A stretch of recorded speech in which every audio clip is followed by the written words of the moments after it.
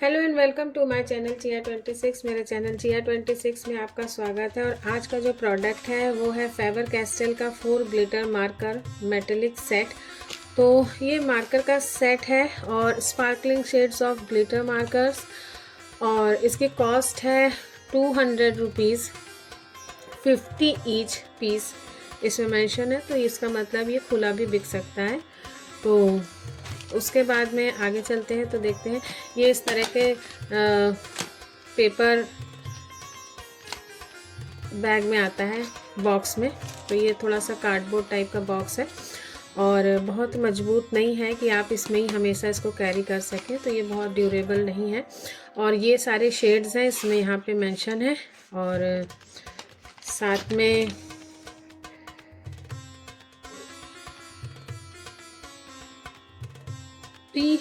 recap the markers after use and store horizontally, smudge proof, even color lay down। तो ये इसमें cautions दिए हुए हैं और साथ में एक यहाँ पे इम्पॉर्टेंट टिप्स फॉर यूज़ दिया हुआ है। For optimal result let area of colour dry before covering it with more colour.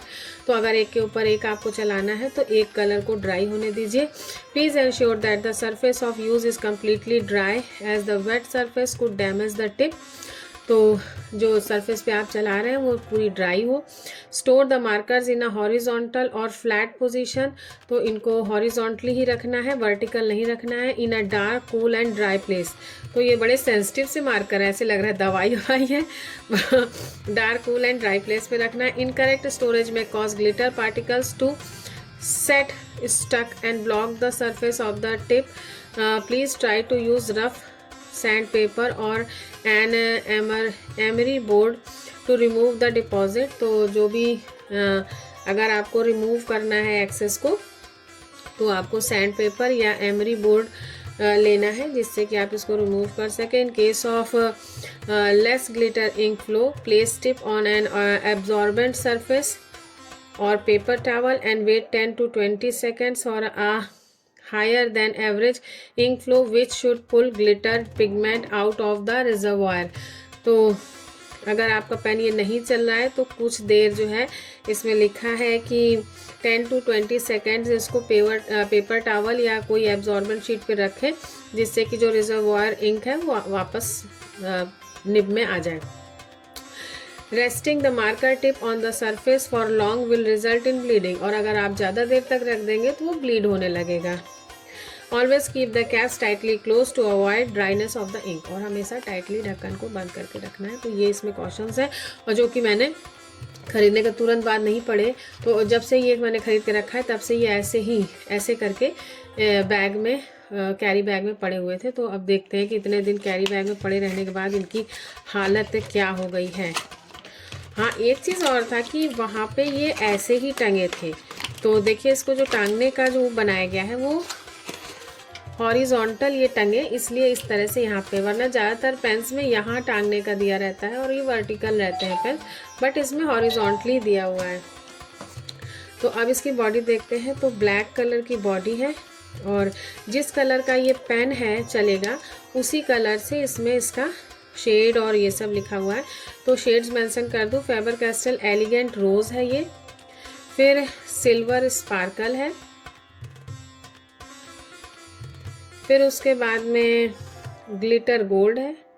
Focus नहीं कर रहा है, हाँ ग्लिटर गोल्ड है, और last but not the list glam Ruby है। तो ये 4 शेड्स हैं।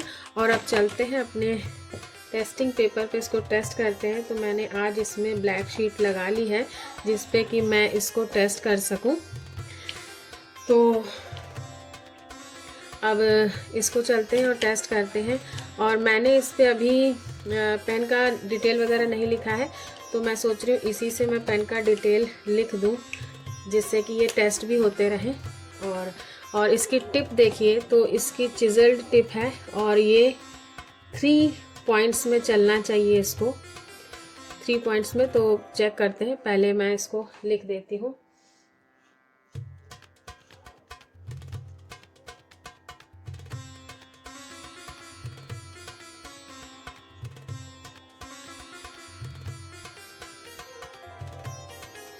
तो अभी ये मुझे लग रहा है दिख नहीं रहे हैं, थोड़े से ये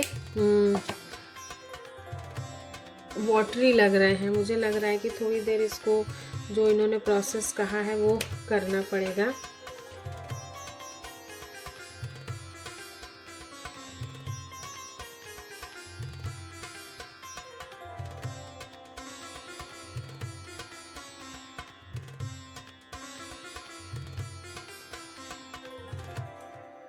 तो ये मैं सबसे थोड़ा थोड़ा लिख के देख रही हूँ कि कौन सा सही है। और मुझे लग रहा है जब लिखना स्टार्ट कर रहे हैं तो दिख रहा है, उसके बाद में ये धीरे धीरे वाटरी होता जा रहा है।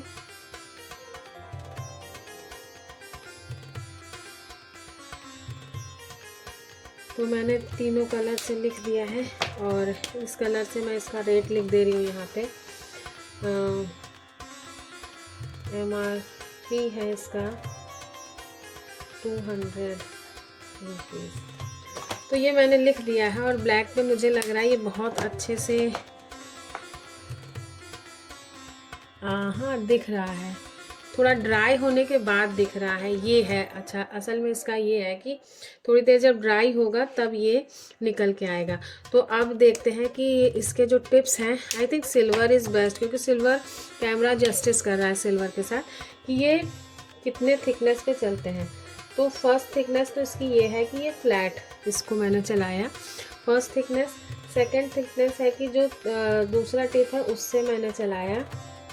और थर्ड थिकनेस इसकी आई थिंक ऐसे चलाने पे आएगी, ये तो ये थर्ड थिकनेस है। तो थोड़ा ड्राई हो तो मैं इसकी थिकनेस दिखाती हूँ। और अब इनके स्वेचेस हम लोग देख लेते हैं। तो ये है सिल्वर वाला, उसके बाद में ग्लैम रूबी,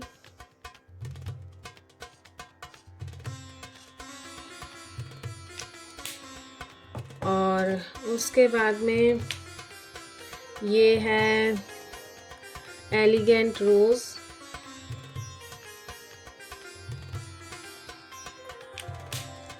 और उसके बाद में ये है ग्लिटर गोल्ड। तो ये सभी मैंने इस पे चला दिए हैं। और अब मुझे लग रहा है कि मुझे इस पे एक वाइट शीट चिपका के और ये भी देख लेना चाहिए कि ये वाइट पेज पे कैसा चलता है। तो अभी मैं एक वाइट पेपर ले रही हूँ ये, और उसके बाद में इसको बाद में मैं काट के स्टिक कर दूँगी यहाँ पे, ताकि वाइट पेज पे ये कैसे चलते हैं ये भी मेरे पास एक सैम्पल रहे। क्योंकि मैं अभी कटिंग इंस्ट्रूमेंट लेके नहीं बैठी हूँ, जस्ट अ मिनट शायद इसमें मुझे सीज़र मिल जाए।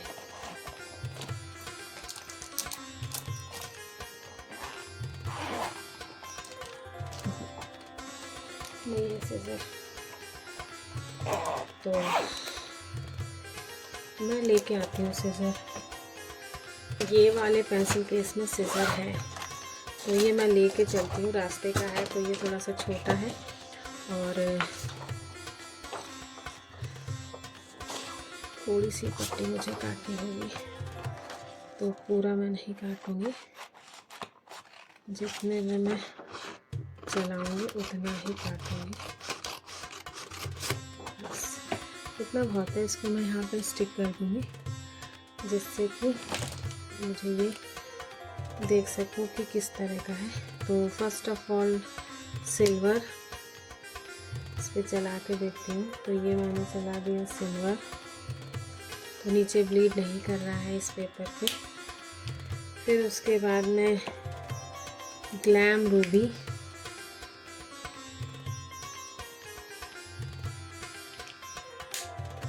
उसके बाद में एलिगेंट रोज़,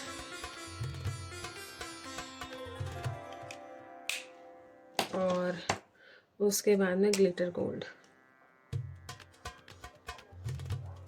ये तो ये सारे इनके स्वैचेस हैं वाइट पेपर पे, और ये सारे इनके स्वैचेस हैं ब्लैक पेपर पे। तो आई थिंक